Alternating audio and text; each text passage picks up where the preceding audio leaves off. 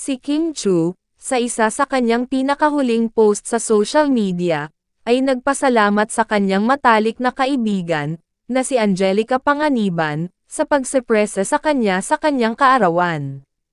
Kapansin-pansin na ang Chinita Princess, ng ABS-CBN ay tumanda ng 1 taon, at mas matalino noong Biyernes 19 ng Abril, at ipinagdiwang ang kanyang espesyal na araw sa Siargao.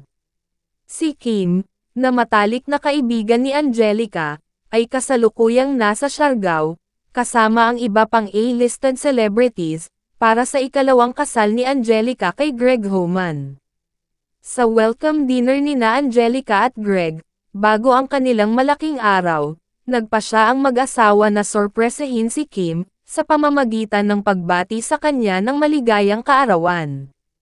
Ito, bilang kapalit, ay ikinagulat ni Kim, na pagkatapos ay nagpasalamat kay Angelica, sa kanyang ngayon viral na online post sa social media, na sinabi kay Angelica na mahal niya siya. "Thank you Momzy at I am Angelica. Alam kong welcome dinner mo to, pero nagulat ako sa paeksenang ganito. Thank you Momzy. I love you so much. Can't wait for today." #Thumanisnawahoman, she wrote.